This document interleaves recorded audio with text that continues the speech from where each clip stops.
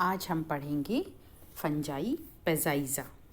पेजाइज़ा को cup fungi भी कहते हैं क्योंकि इसकी जो शक्ल है दिखने में कप जैसी होती है। ये आप देखिए, लकड़ी के लट्ठों के ऊपर भी लगे हुए मिल जाते हैं। ये जो गली हुई लकड़ी है, गलती हुई लकड़ी, उस पर मिलते हैं, या खाद के ऊपर मिल जाते हैं, गोबर पे भी मिल जाते हैं, मिट्टी में भी मिलते हैं जहाँ काफ़ी ज़्यादा ह्यूमस होता है, वहाँ पर ये पाए जाते हैं। तो ये एक प्याले नुमा, तश्तरी नुमा इस तरह की स्ट्रक्चर होती है। ये फ्रूटिंग बॉडी होती है इस फंजाई की, जो सेक्सुअल रिप्रोडक्शन के समय ये बनती है। फ्रूटिंग बॉडी ये कप्स के आकार के, प्याली के आकार के होते हैं।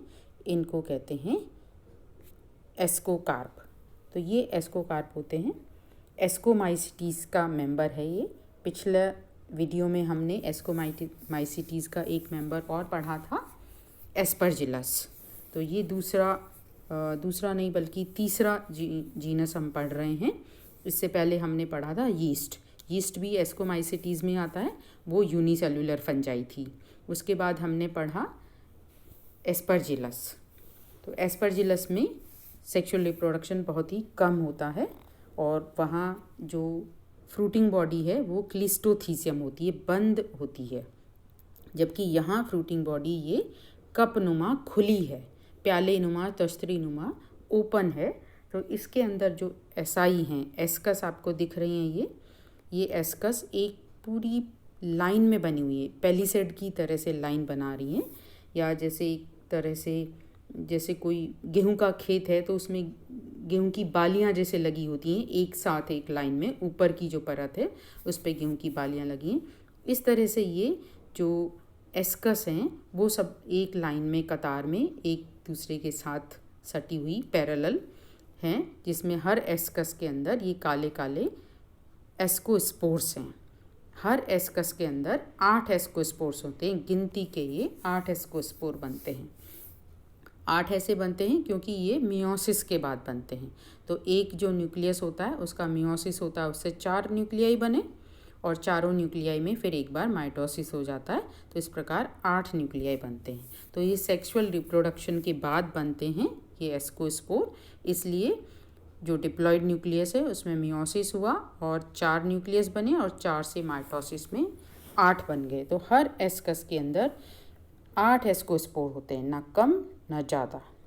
तो ये एस्कस जो हैं पूरी एक कतार में पेलिसेड की तरह से लगी होती हैं, सटी होती हैं। इसको हाइमेनियम लेयर कहते हैं। हाइमेनियम की परत है ये। और हाइमेनियम के नीचे ये जो तंतु हैं ये भी लंबे लंबे दिख रहे हैं, पैरेलल तंतु, ये सब हाइमेनियम है। और सब हाइमेनियम के नीचे फिर ये पेरेनकाइमेटस जैसा टिश्यू दिख रहा है। ये पेरेनकाइमा नहीं होता, स्यूडो पेरेनकाइमा है। पेरेनकाइमा जैसा लगता है, तो आभासी मृदुतक है ये।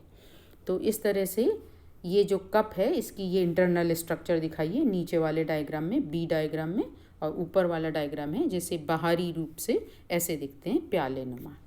तो अब हम देखते हैं पेजाइज़ा की सिस्टमेटिक पोजीशन। तो ये यू माइकोटा के अंतर्गत आता है। यू माइकोटा में सेल वॉल होती हैं। मिक्सोमाइकोटा होता है जिसमें सेल वॉल नहीं होती। तो ये है यू माइकोटा में। सब डिवीज़न है एस्कोमाइकोटेना। तो एस्कोमाइकोटेना में जो सेक्सुअल स्पोर्स होते हैं वो एस्कोस्पोर्स होते हैं और एस्कोस्पोर एस्कस के अंदर बनते हैं। ये एस्कोमाइकोटेना है। एक दूसरी डिवीज़न और होता है बेसिडियोमाइकोटेना। बेसिडियोमाइकोटेना में सेक्सुअल स्पोर्स बनते हैं, बेसिडियोस्पोर, और वो बेसिडियोकार्प के ऊपर बनते हैं, एक्सोजीनस होते हैं। जबकि एस्कोमाइकोटेना में जो एस्कोस्पोर्स बनते हैं वो एंडोजीनस होते हैं और एस्कस के अंदर बनते हैं। तो ये डिफरेंस है एस्कोमाइकोटेना में और बेसिडियोमाइकोटेना में। तो पेजाइज़ा की सिस्टमेटिक पोजीशन है डिवीज़न यूमाइकोटा, सब डिवीज़न एस्कोमाइकोटेना, क्लास डिस्कोमाइसिटीज़।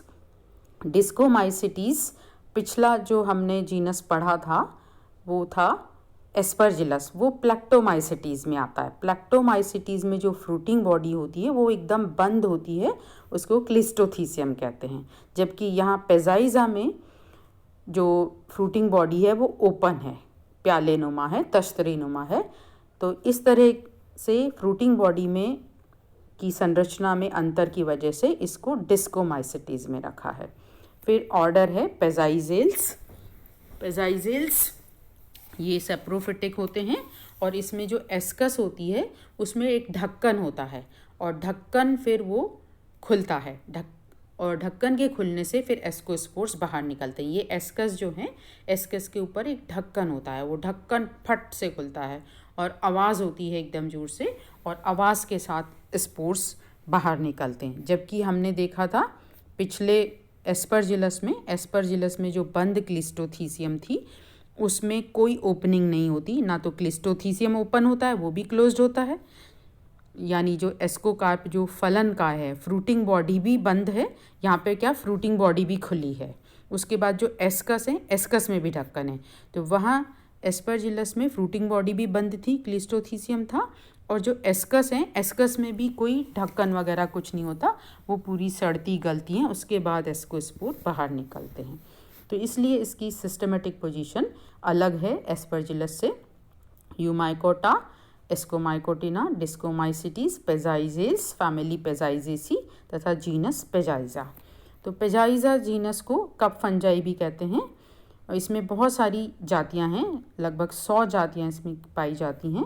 तो मुख्य रूप से जो कॉमन जो जातियां मिलती हैं, पेजाइजा कॉक्सीनिया, पेजाइजा रिपेंडा, पेजाइजा सिट्रीना तथा पेजाइजा ऑरेंजिया। तो ये जो कप हैं वो अलग अलग रंगों के मिलते हैं, भूरे भी मिलते हैं, काले भी मिलते हैं, कलरलेस भी होते हैं, और एकदम चमकदार लाल और पीले और ऑरेंज कलर के भी एस्कोकार्प होते हैं। ये कप होते हैं अलग अलग स्पीशीज़ में। पेजाइजा का जो थैलस है वो मृतोपजीवी होता है, यानी मृत कार्बनिक पदार्थों पे मिट्टी में, खाद युक्त मिट्टी में या लकड़ी के ऊपर मिलते हैं सामान्य रूप से। कायिक संरचना, इनका जो कवक जाल है वो अत्यधिक शाखित होता है, पट युक्त होता है और कवक तंतुओं से बना होता है, यानी माइसीलियम जो है वो हाइफी से बना होता है और सेप्टेट माइसीलियम होता है। और ये माइसीलियम क्या दिखाई नहीं देता है, ये सबस्ट्रेटम के अंदर होता है। जहाँ भी जो आधार है जिस पे लगा है, चाहे मिट्टी में है, खाद में है या लकड़ी के ऊपर लगा है, तो उसके अंदर घुसा हुआ होता है ये माइसीलियम, वहाँ पूरा जाल फैलाया होता है। और जब माइसीलियम में जब रिप्रोडक्टिव बॉडी बनती है, यानी जब सेक्सुअल रिप्रोडक्शन होता है, तब ये कप जैसी स्ट्रक्चर बनती हैं जो कि बाहर दिखाई देती हैं। तो ये बाहर जो दिखाई देती हैं वो संरचना शुरू में नहीं होती, सेक्सुअल रिप्रोडक्शन के बाद होती हैं। तो एसेक्सुअल रिप्रोडक्शन भी होता है पेजाइजा की कुछ जातियों में, सभी जातियों में नहीं मिलता है, बहुत ही कम होता है एसेक्सुअल रिप्रोडक्शन, और वो 2 प्रकार से हो सकता है, कोनिडिया के द्वारा या क्लेमाइडो बीजाणु के द्वारा। तो कोनिडिया के द्वारा क्या होता है कि जैसे जो सबस्ट्रेटम के अंदर ही माइसीलियम होता है, तो वो थोड़ा सा कहीं कहीं से कुछ शाखाएं उसकी इरेक्ट हो जाती हैं, उदग्र बाहर की तरफ निकलती हैं, कुछ शाखित होती हैं और उनकी शाखाओं की शीर्ष पर एक कोशिकीय छोटे गोल या ओवल कोनिडियोस्पोर बनते हैं और वो अंकुरित होकर नया माइसीलियम बनाते हैं। इसी प्रकार क्लेमाइडो जो बीजाणु होते हैं ये मोटी भित्ति वाले बीजाणु होते हैं और ये कोई भी जो हाइफा है उसके बीच में बनते हैं, इंटरकैलरी होते हैं और फिर वो अलग हो जाते हैं आसपास की सेल से और अंकुरण द्वारा नया माइसीलियम बनाते हैं। तो ये बहुत ही कम तरीका है जनन का, कम ही जातियों में पाया जाता है। अधिकांश जातियों में जो रिप्रोडक्शन है वो सेक्सुअल रिप्रोडक्शन होता है, लैंगिक जनन होता है। तो लैंगिक जनन में भी इसमें कोई लैंगिक अंग नहीं होते, यानी जो पुंधानी और एस्कोगोनिया नहीं बनती है। तो बहुत ही सिंपल प्रकार का है लैंगिक जनन। और अधिकांश जो फंजाई में सिंपल लैंगिक जनन का मतलब वो एडवांस फंजाई है। जितनी प्रिमिटिव फंजाई हैं उनके अंदर कॉम्प्लेक्स रिप्रोडक्टिव ऑर्गन होते हैं, पुंधानी होती है, एस्कोगोनियम होता है या और दूसरी स्ट्रक्चर भी होती हैं लोअर फंजाई में। और जैसे जैसे हम हायर फंजाई में जाते हैं ये सेक्स ऑर्गन्स का ह्रास होता जाता है।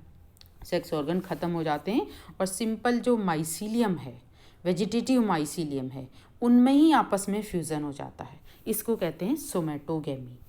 तो सोमेटोगेमी के द्वारा होता है, या कई बार ऑटोगेमी भी होती है। ऑटोगेमी में क्या है कि दो माइसीलियम का फ्यूज़न भी नहीं होता, बल्कि एक माइसीलियम के अंदर ही दो न्यूक्लियाई हैं, वो पास पास आ जाते हैं, वो पेयर बनाते हैं। तो फंजाई में आपने पहले भी पिछले वीडियो में भी आपने देखा है कि यहाँ जो एस्कोमाइसिटीज़ और बेसिडियोमाइसिटीज़ जो हायर फंजाई हैं, इनमें एक विशेष बात होती है कि जो दो न्यूक्लियाई पास पास आते हैं उसके बाद उनका फ्यूज़न नहीं होता है तुरंत ही, और डाई कैरियोटिक अवस्था पाई जाती है। तो इस तरह से दो जो केंद्रक हैं वो यहाँ पे आप ये देखिए, ये शुरुआत जो है एस्कोस्पोर है। ये जो डी चित्र है ऊपर आप देखिए, एस्कोस्पोर जो एक अंडाकार जो एक कोशिकीय संरचना है, ये एस्कोस्पोर है। इस एस्कोस्पोर का जर्मिनेशन हुआ, अंकुरण हुआ, और उससे ये माइसीलियम बन गया। ये माइसीलियम यूनिसेलुलर मल्टीसेलुलर है, लेकिन यूनिन्यूक्लिएट है। ये हर एक कोशिका में एक एक न्यूक्लियस है। तो इस तरह से ये शाखित माइसीलियम बन जाता है। और इस माइसीलियम की में या तो सोमेटोगेमी होगी, तो दो माइसीलियम की सेल्स आपस में फ्यूज़ हो जाती हैं, या ऑटोगेमी होती है, उसी माइसीलियम की दो जो सेल हैं वो फ्यूज़ हो जाती हैं, यानी इनके बीच की जो पट है वो ख़त्म हो गया। तो ये नीचे वाले चित्र में आप देखिए, जी के बाद जो एच चित्र है, इसमें ये जो दो सेल की मिलके एक सेल बन गई है। तो इस तरह से दो न्यूक्लियाई पास पास आ गए, इनके दोनों की बीच की भित्ति घुल गई है और दो न्यूक्लियाई पास पास आ गए। तो इस तरह से ये डाई कैरियन बन गया। डाई कैरियन बना है, यानी द्विकेंद्र की अवस्था हो गई। द्विगुणित अवस्था नहीं है, डिप्लॉइड नहीं है, अभी यहाँ फ्यूज़न नहीं हुआ है। तो ये जो डाई कैरियन बना, द्विकेंद्र की जो कोशिका बनी, इससे फिर क्या होता है कि एस्कोजीनस तंतु बनते हैं। तो इससे बहुत सारी ब्रांचेस निकलने लग जाती हैं, तंतुओं की शाखाएं निकलती हैं, और ये जो तंतु की जो सारी कोशिकाएं होती हैं वो सब डाइकैरियोटिक होती हैं, यानी हर एक सेल में एक एक पेयर होता है न्यूक्लियस का, दो दो न्यूक्लियस सब सेल में होते हैं।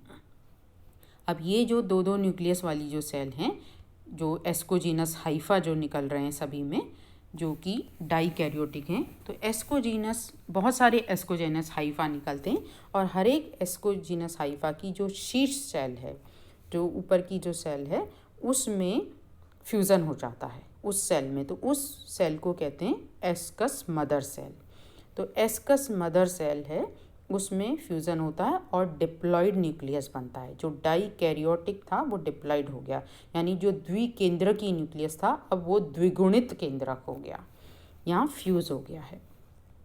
तो इस तरह से ये न्यूक्लियस फ्यूज़ हो गया, और ये न्यूक्लियस फ्यूज़ होने के बाद ये एस्कस मदर सेल है, ये एस्कस बनाएगी, यानी ये जो कोशिका है ये लंबी होने लग जाती है। अब ये देखिए, आप नीचे जो चित्र में दिखा रखा है, ये लंबी होने लगी और एक न्यूक्लियस से दो न्यूक्लियस बन गए। यहाँ हुआ है अर्धसूत्री विभाजन।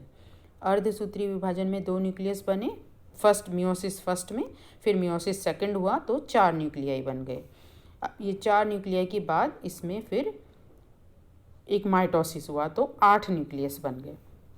ये 8 न्यूक्लियस, तो ये लंबी सी थैलेनुमा संरचना बन जाती है, इसको एस्कस कहते हैं। एस्कस मदर सेल है, वो एस्कस में परिवर्तित हो जाती है लंबी होकर, और उसमें 8 अगुणित केंद्रक होते हैं।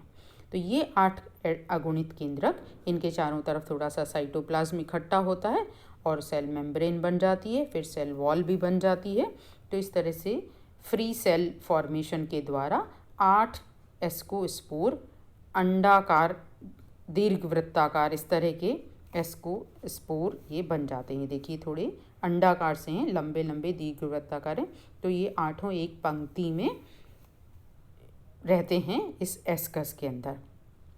अब एस्कस के ऊपर छेद होता है, उस छेद में से फिर ये बाहर निकलते हैं। ये देखिए इस चित्र में दिखाया, ये ऊपर टॉप पे इसमें छेद है, उस जहाँ से ये एस्कोस्पोर निकल रहा है। तो ये इस तरह से ओपरकुलम वाली एस्कस होती हैं, ढक्कन होता है इसके अंदर, और ढक्कन के साथ विस्फोट से ये सारे एस्कोस्पोर्स बाहर निकलते हैं और हिस की आवाज़ आती है, उस आवाज़ के साथ ये विस्फोट के साथ एस्कोस्पोर्स बाहर निकलते हैं और इतने सारे बीजाणु एक साथ निकलते हैं, एक बादल के रूप में ये निकलते हैं और फिर हवा के द्वारा इनका प्रकीर्णन हो जाता है और फिर ये इनका अंकुरण होता है और ये नया माइसीलियम बना देते हैं। तो ये था एस्कस की लाइफ साइकिल। तो एस्कस का पेजाइजा की लाइफ साइकिल।